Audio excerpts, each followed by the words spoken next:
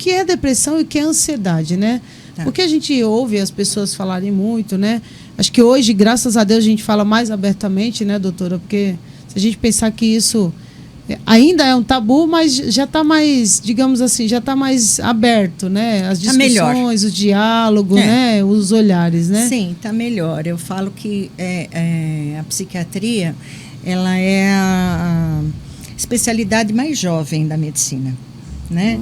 Então, até 1950, 40, o que acontecia? Todas as pessoas que eram ditas como doentes mentais, eles eram retirados da sociedade, sim, né? Sim. E segregados em algum local onde eles ficavam ali quietinhos, porque a gente não tinha praticamente um avanço medicamentoso, né? Então os tratamentos eram muito pífios, e aí assim era muito de só tirar aquela pessoa para não expô-la, né?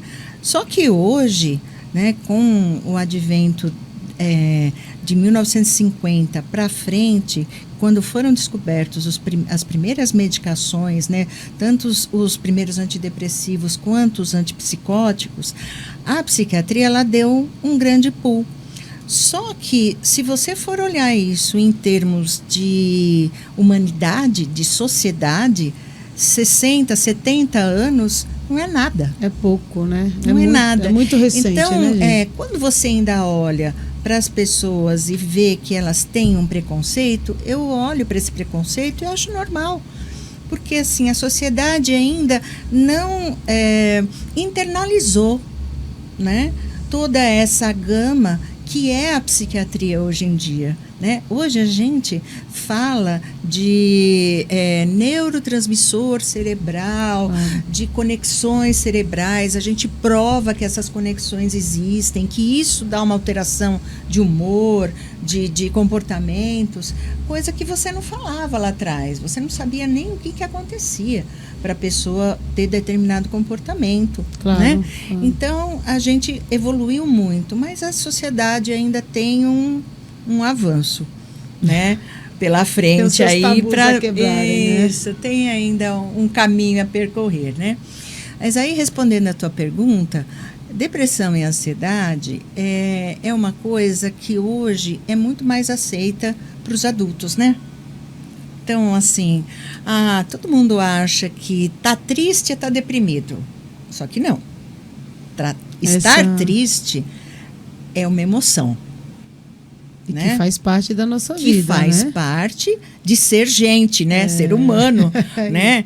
Porque parece que as emoções ditas, entre aspas, ruins, elas não têm que fazer parte da nossa vida, né?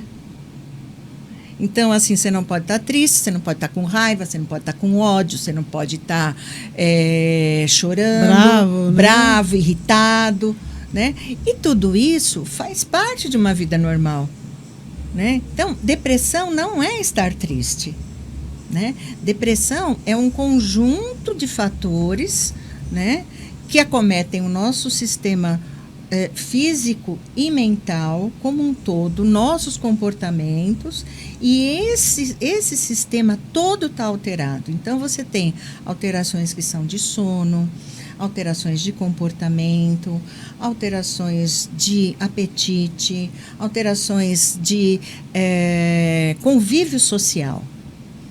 Então, perfeito. Você tem alterações em todos os âmbitos quando você fala de uma doença, uma síndrome depressiva, né? E essas alterações, elas tanto acontecem na infância, na adolescência, como nos adultos, né?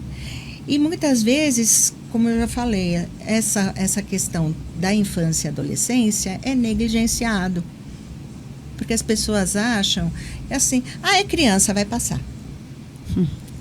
Né? É criança, vai passar.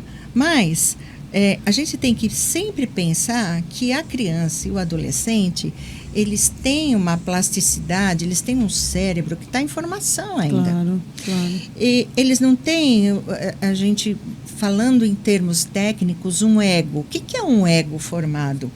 O ego é aquilo que faz eu me conectar com o mundo. Então, eles ainda estão em formação. Estão se construindo. Eles estão se construindo. Imagina que se você pegar uma estrutura, um prédio que tiver em construção e você for lá, em vez de você colocar cimento, se colocar argila, ele vai ficar de pé no primeiro momento. Vai sustentar por um instante. Mas ele não vai ficar sustentado muito tempo. Então, quando a gente fala em depressão e ansiedade na infância e adolescência, você tem que entender que é um período muito delicado, né? Onde as alterações que vierem dessas doenças, elas vão ser alterações que vão mexer numa estrutura que aquela criança ou adolescente vai levar para a vida. Claro. Né? E isso, quando você mexe numa estrutura, você vai ter um prejuízo ao resto da vida, muito a longo prazo.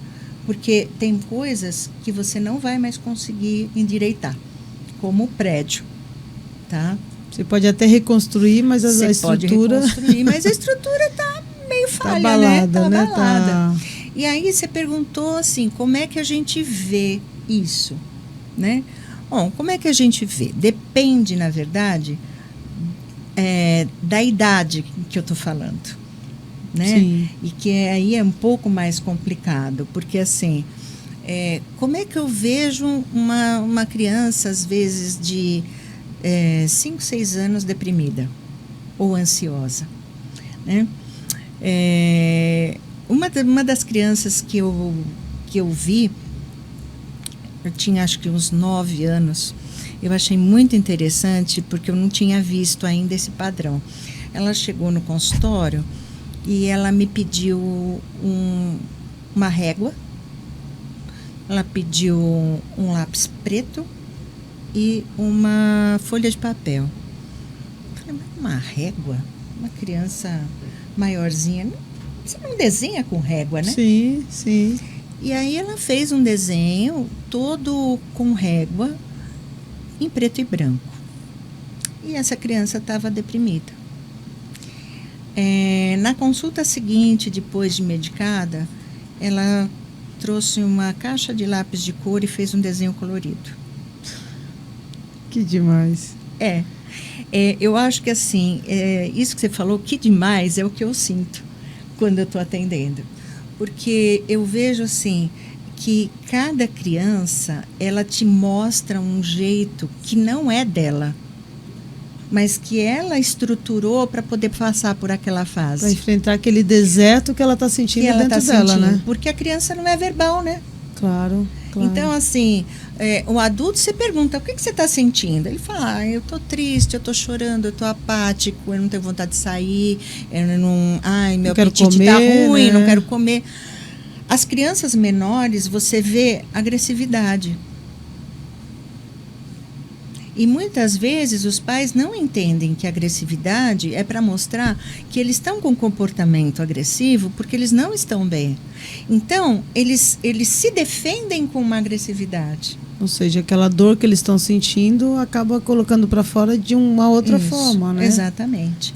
E o que a gente vê nas crianças pequenas, eu hoje vejo muito nos adolescentes, que é uma agressividade, mas uma agressividade voltada a eles mesmos. A ele mesmo, né? Então, são adolescentes que se cortam, que se mutilam, que se arranham, que dão socos, que dão murros, né?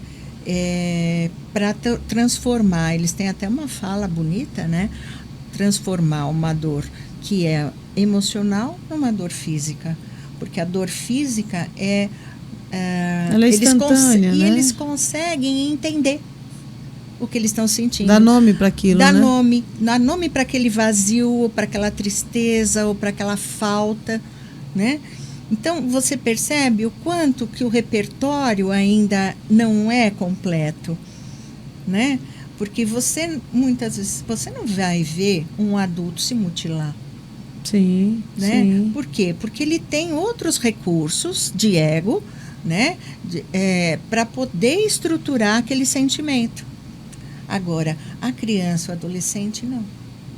Vão buscando outras Eles ferramentas vão buscando ali, né? outras ferramentas para se mostrar para o mundo, né?